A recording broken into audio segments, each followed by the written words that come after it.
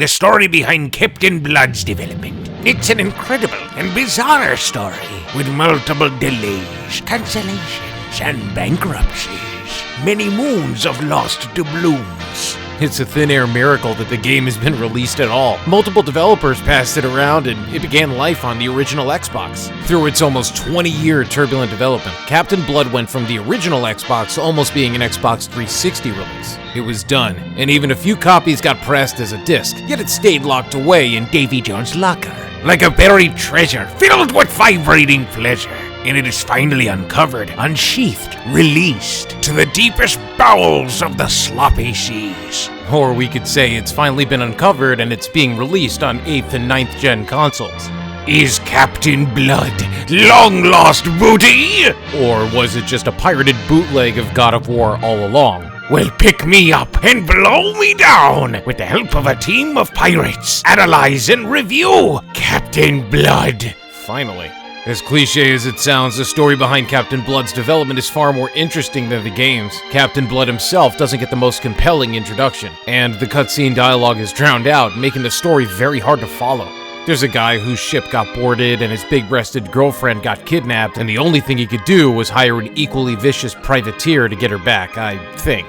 The plot unravels as the Royal Navy assaults the Spanish Main with an armada of galleons. Every stage is an explosive battle with cannons firing, ships smashing, swords clashing, swords crossing. The problem is that most of the time you'll have no idea why any of this chaos is happening in the first place. The story becomes vague white noise as stuff happens, and the cutscenes are well shot, and the few lines of dialogue that I did catch were alright sounding 17th century piratey banter. The emotional hook fails to grab the player's attention, and the gags are pretty dry. Captain Blood should have leaned harder into comedy and absurdism, like something out of Devil May Cry 3. This needed more over-the-top choreography and more comic mischief. With a botched execution of the story, all Captain Blood has left to lean on is its gameplay, which also fails to impress. Even after cutting the game some slack for being a cancelled game for almost 2 decades, it's a little more than an underwhelming God of War clone on PlayStation 2.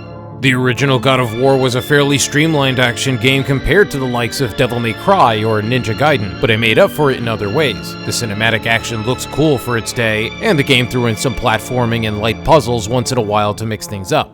You could always count on impressive, scripted set pieces to keep players on their toes. Captain Blood truly feels like a budget version of what God of War was, right down to the design of the protagonist who sports a similar goatee and pointy jawline as Kratos. Yet it also has less in it. Captain Blood has no platforming or puzzles. It barely has any exploration, with only a few treasure boxes with gold, which is used to buy moves or upgrades. One of the few features that the captain lifts from Kratos are the QuickTime events, which always use the same inputs. The other ripped feature is the finisher moves used to defeat bosses. Like Kratos, the captain initiates a scripted animation depending on one of the face buttons for a gruesome fatality. It wore out its welcome in God of War, and it's just as tiresome and tedious in Captain Blood. Sometimes the narrative has players briefly play as another character, but it sucks because they get no upgrades. These sequences are mercifully brief, but they're also suspiciously so short that they come off as padding, as they also recycle areas players have already seen or are about to.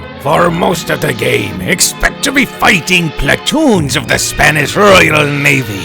There's no shortage of enemy types, but some in particular are extra obnoxious. Rifleman loves to run away from Captain Blood's reach, and his attack animation is always a little too slow to land hits on these guys consistently. Worse yet, they are excellent shots and can stun and interrupt attacks from a distance while fighting other scallywags and foes. Some of the heavier enemies have absurd amounts of HP and took forever to weaken for a finisher. They rarely get stunned by the captain's heavy attacks and can shrug off shots from the blunderbuss. Enemies can easily overwhelm, and Blood's attacks feel too slow and weak for a game that can have almost 10 enemies on screen. Contending with unfair odds is one thing, but battling an entire ship's worth of sea dogs while the deck is being hailed by cannon fire is just annoying. The deck battles are meant to be Captain Blood's showstopper, but instead it's really a show flopper, because really, they're at the point where you just want to stop. The idea is that the enemies will keep boarding, and players must run from cannon to cannon to get a clear shot at the enemy ships to aim and shoot. While frantically dashing to cannons, expect to be accosted by a growing number of goons, or to be blasted by random fire. The hit detection is inconsistent, and there's not enough iframes to reliably dodge every time. The sequences are long and annoying, and while it's a huge sigh of relief to get past them, the creeping dread of having to play a normal stage crawls up your spine like a tarantula. The Lords of Shadow wasn't the greatest God of War like, but at least it packed its stages with variety. Captain Blood is utterly barren. Stages are marathons of repetitive, sloppy combat that feels weightless and floating.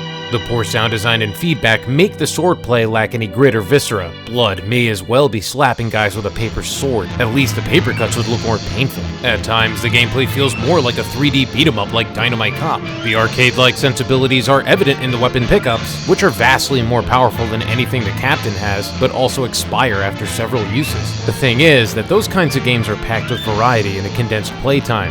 Captain Blood goes on for hours and becomes mind-numbing, to the point where you can feel that landlubber body of yours dying. Having a fixed camera angle at least solves any camera control issue, and you can always have a clear view of the battle scene. The graphics are appealing and the art style holds up nicely. The characters are well animated and expressive with distinct color schemes and silhouettes. The visuals are one of the few things that hold up. It's too bad about everything else. After playing Captain Blood, it's clear why this game was in development hell for so long. It doesn't even seem to be finished. It's rough and boring. Maybe it should have stayed lost at sea. At least then it would have maintained a mythical allure and not some dull God of War imitation.